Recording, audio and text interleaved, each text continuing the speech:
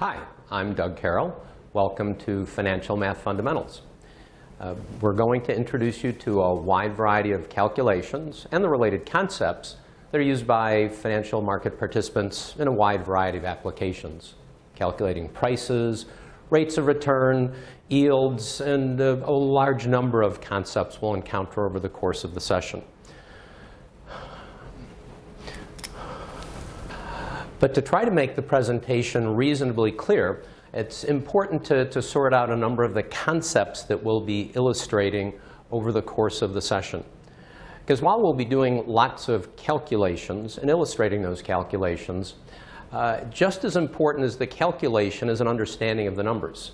So in addition to illustrating the calculations, we'll also try to interpret the numbers, as well as try to at least indicate the applications that market participants will ultimately put those numbers to.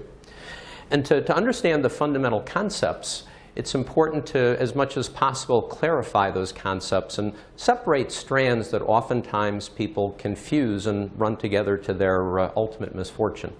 So let's start at a very fundamental place, interest rates, because obviously interest rates are central in numerous calculations in the fixed income and other financial markets. And while the phrase interest rate might seem self-explanatory, the phrase by itself is so vacuous as to be almost completely unenlightening. Because as we'll see, interest rates are used in a wide variety of applications and have many, many meanings. Interest rates are used to determine the amount of interest payable to bondholders or interest payable by borrowers. But interest rates are also ways that can be used to express the value of investments. In fact, they're also used as a way of trying to estimate the current value of future cash flows. Many of those illustrations we'll encounter over the course of the session. But while the phrase interest rate itself is not particularly informative, once you identify the particular interest rate in question, the 3-month T-bill rate, the overnight repo rate, the 10-year JGB, Japanese government bond rate, as soon as you identify that rate, at least if you understand the related concepts or the related conventions, oh, that tells you a lot. How we're going to quantify the passage of time. Because as we'll see over the course of the session, there are numerous different ways of measuring time. Things we'll encounter later, like 3360 or actual days. Also, identifying the interest rate informs you as to what is the compounding frequency. Because as we'll also see, 6% is not necessarily 6%. It depends on the implied compounding frequency, whether annual, semi-annual, quarterly, or whatever the case may be. So to as much as possible clarify the later discussion, let's start with trying to get a deeper understanding of exactly what an interest rate is. And while I'll promise not to talk about this too much as an economist, we'll focus mostly on how interest rates are used in the financial markets. Finance is really nothing more than a type of applied economics. And so consequently, let's start out from that base. So let's consider both economists' interpretations and the related way that the financial markets interpret interest rates.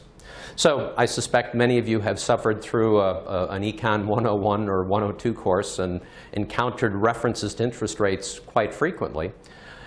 What are the economists or the economics texts using those interest rates for? Well, probably the most basic explanation is an interest rate is your compensation for deferring consumption.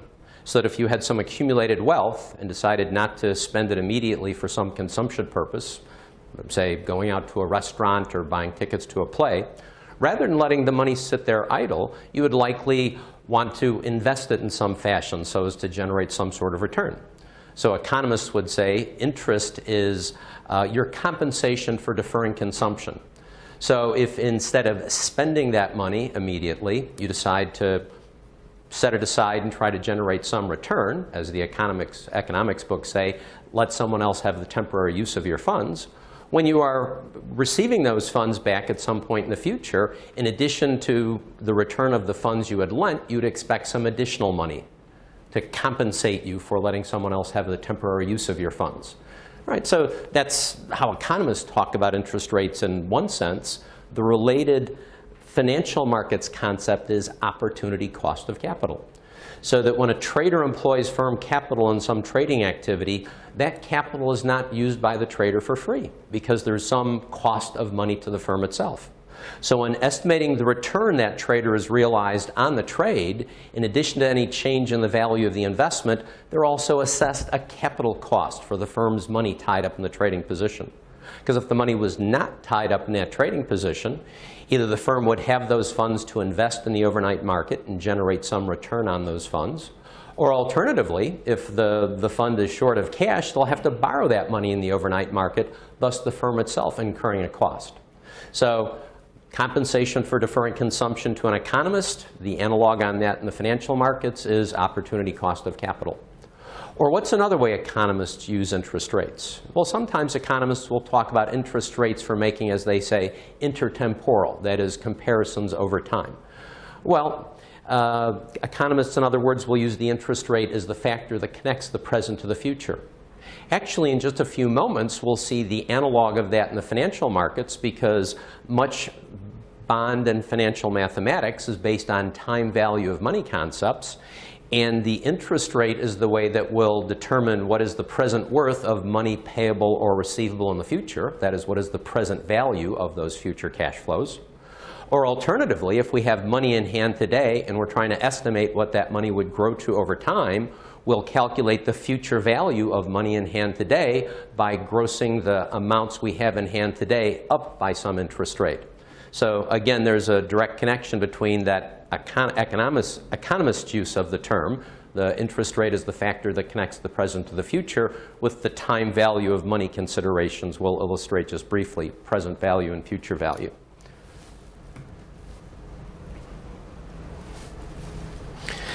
Another complication, and clarity of understanding anyway, is the prevalence of the use of the word yield in discussions of things related to the financial markets. And the problem is there's at least 4 widely used definitions of the word yield. So I have them here briefly, but if we look at the next page, we can see these detailed. So that probably the most common meaning of the word yield when it's used by itself is rate of return. Oh, I earned a yield of 5.7%. Clearly, in that sense, yield is used to imply rate of return. But the word yield can also be used as a reference to an interest rate. And there's numerous interest rates that have the word yield in the name of the interest rate. Just a few of them are listed up on the exhibit there. So yield is in the interest rates named current yield, nominal yield, yield to maturity, yield to call, yield to worst, yield to lowest. I could probably name at least a half dozen other interest rates that have the word yield in the name of the interest rate. So oftentimes, use of the word yield is just a reference to one of those many interest rates. But yield can also be used as purely a reference to cash flows coming from an investment. If you listen to an asset manager or investor talking on one of the financial news channels, they'll oftentimes talk about buying a high dividend paying stock for its yield while they're waiting for the security to appreciate. Clearly, that's a reference to the cash flows, the dividends received while the stock is being held. You'll also see bond portfolio managers talking about the yield they're collecting while holding bonds. Again, a reference to the cash flows. Yield can also be used as a way of expressing current value. Many securities are quoted on a yield basis, and obviously if you're quoting some investment on a yield basis, that yield quote, a type of interest rate, has to mean exactly the same thing to both the buyer and seller for the right amount of funds to be delivered by the buyer for the trade to settle in a timely fashion. So unfortunately, given the variety of meanings of the word yield, one of the complications when you're part of a conversation to relating these concepts is trying to listen and get sort of into the mind of the speaker and trying to understand exactly which meaning of the word yield they're implying.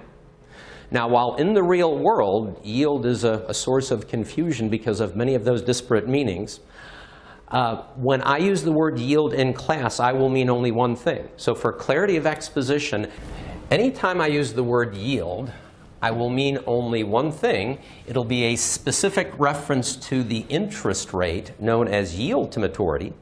And despite the fact that most basic books misdefine the concept, because most basic books will define yield to maturity as the rate of return to an investor who buys a bond and holds it all the way to maturity. About 1 minute of serious thought would have to disabuse you of the idea that could possibly be true, because the total return on a bond held to maturity would be heavily influenced by the reinvestment income on the cash flows received, coupons or amortizing principal, prior to the ultimate maturity. And since those future reinvestment rates cannot be known with any certainty, that's really an incorrect definition of yield to maturity, which we'll talk about in great detail later.